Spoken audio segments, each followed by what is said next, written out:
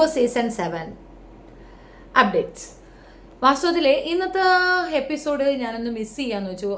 എന്താ കാര്യം എന്ന് പറഞ്ഞാൽ പുതിയ 5 പേര് വരുന്നുണ്ട് എന്നുള്ളതാണ്. ഒരാളെയും വിടുന്നില്ല, വീണ്ടും കുറച്ച് പേര് 5 പേര് കൺജഷൻ ആയിരിക്കും. അത്രയും ക്രൗഡ് അതിനകത്ത് ഉൾക്കൊള്ളുമോ ഇല്ലയെന്ന് അറിയത്തില്ല. ആകെ മൊത്തം കുഴപ്പം പിടിച്ച് നിൽക്കുന്ന ഒരു ഏരിയയിലേക്ക് കുറേ പേരും കൂടെ വന്ന് കുത്തിക്കയറി എന്നതിനപ്പുറം ഒന്നുമില്ല. ഓരോരുത്തരായിട്ട് വെൽക്കം ചെയ്ത് കൊണ്ടുവരുന്നു. അത് മസ്താനിയെ ഞാൻ കുറച്ച് ഇതായിട്ട് നോക്കിയതായിരുന്നു. പക്ഷേ ഞാൻ ഉദ്ദേശിച്ച മസ്താനിയല്ല അവിടെ വന്നത്. ഞാൻ ആക്ച്വലി കുറച്ച് ഫെയിമായി നിന്നൊരു കുട്ടിയുണ്ടല്ലോ, ഈ ബസ്സിൽ വെച്ച് മൊളസ്റ്റ് ചെയ്യപ്പെട്ട ഒരു കുട്ടി, അതാണെന്ന് വിചാരിച്ചു. പക്ഷെ അതല്ല, മറ്റൊരു പെണ്ണാണ്. പക്ഷെ സൂപ്പറാണ്. ഇപ്പോൾ വന്നവരൊക്കെ ചാൻസ് ചെയ്യില്ല കേട്ടോ, കാര്യമായിട്ട് അങ്ങ് നിൽക്കുന്നുണ്ട്. ഒരു കാര്യമുണ്ട്, കഴിഞ്ഞ തവണ വന്ന ഇതുപോലെ ഇതിൻ്റെ ഇടയ്ക്ക് കയറി വന്നവരെ പോലുള്ള മിസ്റ്റേക്ക് ഇപ്പോൾ ഉള്ളവർ കാണിച്ചിട്ടില്ല.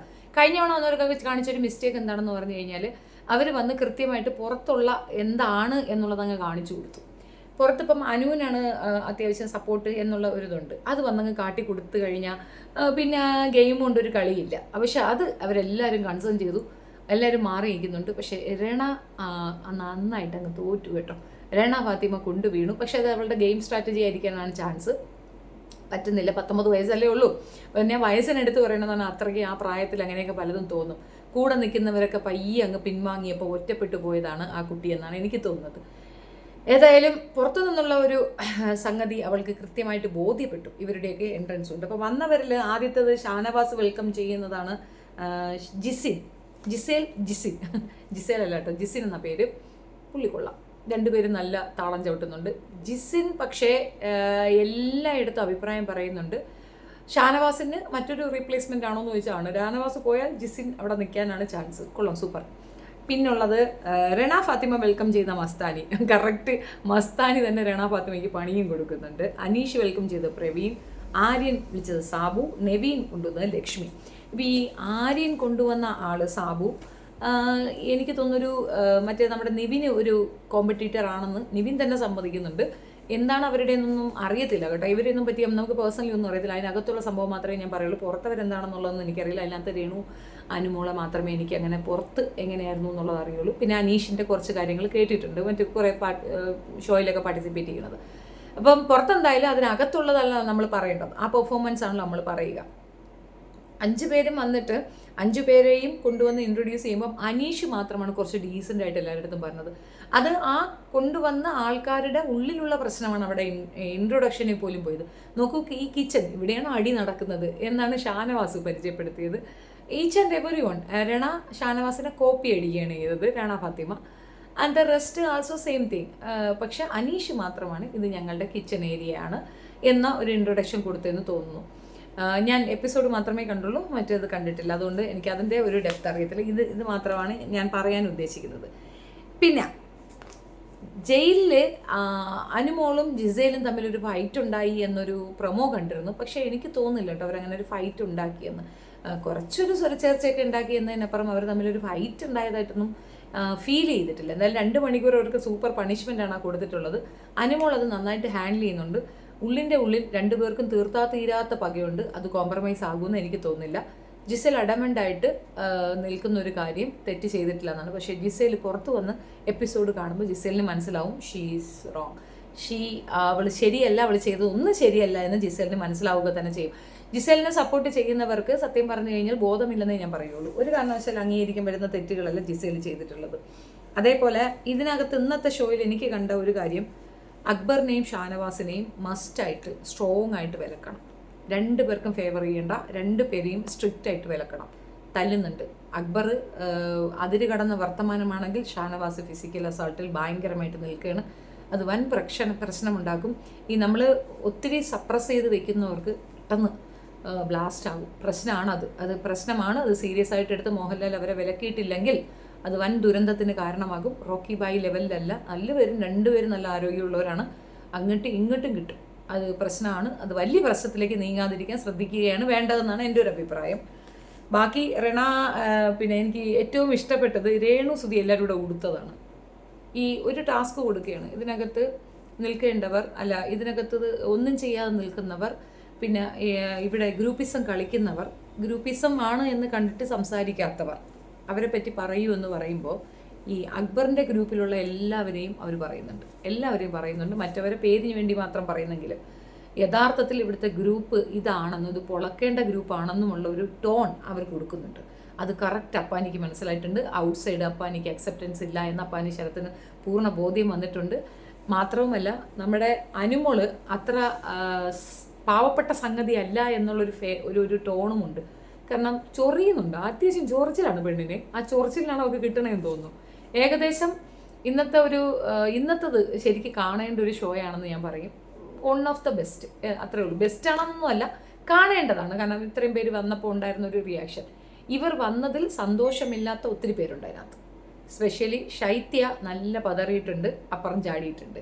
ഇതിനകത്തൊന്നുമില്ല എന്നുള്ളൊരു ഇതിൽ ചാടിയിട്ടുണ്ട്. ശൈത്യ നേരത്തെ പേടിക്കേണ്ട ഒരു അവസരം ഉണ്ടെന്ന് ഞാൻ പറഞ്ഞു. കാരണം മോഹൻലാൽ വന്ന ആ ഒരു ഡേയിൽ ശൈത്യയുടെ ആ തടുമാറ്റം, അതായത് ഒരു അപ്പുറവും ഇല്ല ഇപ്പുറവും ഇല്ലാത്തൊരു കളിയുണ്ടല്ലോ, അത് ശ്രദ്ധിക്കേണ്ട കാര്യം തന്നെ. ശൈത്യ പ്രശ്നമാണ്, ശൈത്യ പണി കൊടുക്കും. അത് ഒരു ഇതുമില്ല. കാരണം ഒരു ഡീസൻറ്റ് കളിയല്ല ശൈത്യ കളിച്ചിട്ടുള്ളത്. ശൈത്യയുടെ ഇത്തരത്തിലുള്ള കളികൾ കൊണ്ടാണ് മാക്സിമം ശൈത്യക്ക് ലൈഫിലും പല രീതിയിലുള്ള പ്രശ്നങ്ങൾ ഫേസ് ചെയ്യേണ്ടി വന്നതെന്ന് ഞാൻ പറയും. അപ്പോൾ ശൈത്യയുടെ ഒരു കാര്യം പിടികിട്ടിയിട്ടുണ്ട്. ആദിലയും നൂറയ്ക്കും മനസ്സിലായി ഞങ്ങൾക്ക് നല്ല അക്സെപ്റ്റൻസ് പുറത്തുണ്ട് എന്നുള്ളത്. അതുണ്ടാവുമല്ലോ, അത് അനുമോളാണ് അതിൻ്റെ റീസൺ, അല്ലാതെ അവർക്കായിട്ടൊരു പേഴ്സണലൈസ് ചെയ്തില്ല. പക്ഷേ ശരത്ത് വിളിച്ച ഒരു തെറി അത് ആദിലേക്ക് ഭയങ്കര സ്കോർ കൊടുക്കും.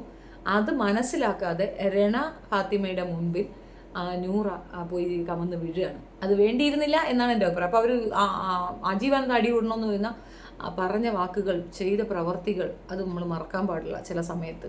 കാരണം അത്രത്തോളം മോശപ്പെട്ട രീതിയിൽ ഇവർ രണ്ടുപേരും അഡ്രസ്സ് ചെയ്ത ആളാണ് രണ ഫാത്തിമ. ഒരിക്കലും ക്ഷമിക്കാൻ പാടില്ലെന്ന് തന്നെയാണ് എനിക്ക് പറയാനുള്ളത്.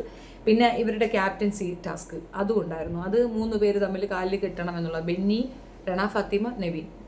ബെന്നിയോ രണ ഫാത്തിമയോ ആയിരുന്നു ക്യാപ്റ്റൻ എങ്കിൽ പിന്നെ ഈ നൂറയുമായിട്ട് ഒരു കോംപ്രമൈസിന് രണ ശ്രമിക്കത്തില്ല. പക്ഷേ ഇത് ഉറപ്പാണ്, ക്യാപ്റ്റൻസി കിട്ടിയിട്ടില്ല. ആകെ മൊത്തത്തിൽ താൻ ഒറ്റപ്പെടുന്നു എന്ന് മനസ്സിലായപ്പോൾ ഇപ്പുറത്തേക്ക് വരാനുള്ളൊരു ആഗ്രഹം കൊണ്ട് രണ ഫാത്തിമ കാണിക്കുന്ന ഒരു സർക്കസാണ്. മാത്രമല്ല എല്ലാവരും വന്നപ്പോൾ കൂടുതൽ സംസാരിക്കുന്നതും കൂടുതൽ താല്പര്യം കാണിക്കുന്നതും അനുവിനോടും ആദില നൂറയോടും ആണ് എന്നുള്ള മനസ്സിലായിട്ടുണ്ട്. പക്ഷേ പിന്നെ അനുവിനെ വിശ്വസിക്കാൻ പറ്റത്തില്ല. കാരണം അനുവും ആർക്കും ഒപ്പം നിൽക്കുന്നില്ല, ഒറ്റയ്ക്കാണ് എന്ന് വരുത്തി തീർക്കാൻ ശ്രമിക്കുന്നു. എന്നാൽ എല്ലാവരുടെയും സഹവർത്തിത്വവും വേണം. അപ്പോൾ ആകെ മൊത്തത്തിൽ ഇവിടെ ചതിക്കപ്പെടുന്നത് ആദില നൂറ മാത്രമാണ്. അവർ ചതിയിലാണുള്ളത്. ബാക്കി എല്ലാവരും അവർ ഉപയോഗിക്കുന്നു. ഷാനവാസിനെയും അനീഷിനെയും ഒക്കെ അനുമോൾ ഉപയോഗിക്കുകയാണ് ചെയ്യുന്നത്. അനുമോൾ സിംഗിൾ പ്ലെയറാണ്, അവൾ തനിച്ചേ നിൽക്കുള്ളൂ. നല്ല സ്ട്രാറ്റജി ഉണ്ട്, സംഗതി ആൾ കിടുക്കാച്ചിയാണ്. അത്യാവശ്യം കാര്യങ്ങൾ അവർക്ക് അറിയാമെന്ന് മനസ്സിലാവുന്നു. ഞാൻ ഇതിനകത്ത് ഈ നോമിനേഷനിൽ വന്ന ഏകദേശം എല്ലാവരും നോമിനേഷനിലാണ്. അപ്പോൾ നോമിനേഷൻ ഒരു ഇതെടുത്ത് ഞാൻ വെച്ചിട്ടുണ്ട്. അത് ഞാനൊരു എക്സ്പ്ലനേഷൻ തരാം. അതായത് നമ്മുടെ നെവിൻ ഉൾപ്പെടെ അതായത് രണ ഫാത്തിമ, ജിസേല്, ഇവർ എല്ലാവരും തന്നെ അതായത് പറഞ്ഞിരിക്കുന്ന മെജോറിറ്റി കൊടുത്തിരിക്കുന്നത് ഷാനവാസിനെയും അനീഷിനെയാണ്. ഷാനവാസിനെ അനീഷിനെയും നോമിനേറ്റ് ചെയ്തവർ ആര്യനുണ്ട്, അക്ബറുണ്ട്, ശരത്ത്. ഷാനവാസിനെയും അനീഷിനെയും നോമിനേറ്റ് ചെയ്തവരാണ്. ഇത് പറഞ്ഞു വെച്ചത് കണക്ക് ആ ഗ്രൂപ്പിലുള്ള സർവത്ര പേരും പറഞ്ഞിട്ടുണ്ട്. പക്ഷേ ഇതിനകത്ത് എന്നെ ഞെട്ടിച്ചത് രണയാണ്. അവൾ പറഞ്ഞത് അക്ബറിനെയും പിന്നെ ഈ രേണുവാണ് എന്നെ ഞെട്ടിച്ചത്. രണയല്ല, രേണു. അക്ബറിനെയും രണ ഫാത്തിമയാണ് അനു പറഞ്ഞത്. അപ്പോൾ അനു ആ കളിയൊക്കെ കാണുന്നുണ്ട്, പക്ഷെ റിയാക്ട് ചെയ്യാൻ അറിയില്ലെന്ന് തോന്നുന്നു. എന്ത് തന്നെ ആയാലും പിന്നെ അനീഷ് ശരത്തിനെയും ശൈത്യയും പറയുന്നുണ്ട്. അത് കുറച്ച് ഓക്കെയാണ്. ശരത്തിനെ പറയുന്നത് കറക്റ്റാണ്, ശൈത്യയെ പറയുന്നത് കറക്റ്റാണ്.